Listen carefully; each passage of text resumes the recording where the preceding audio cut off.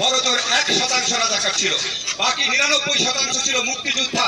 কাজে আজকে যারা সন্তানদের দেখছে তারাও মুক্তিযুদ্ধের সন্তান, তারা এই জনযুদ্ধের মুক্তিযুদ্ধের সন্তান।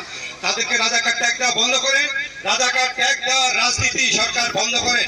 এটা করতে করতে আপনারা মুক্তিযুদ্ধের চেতনাকে হেয় করছেন।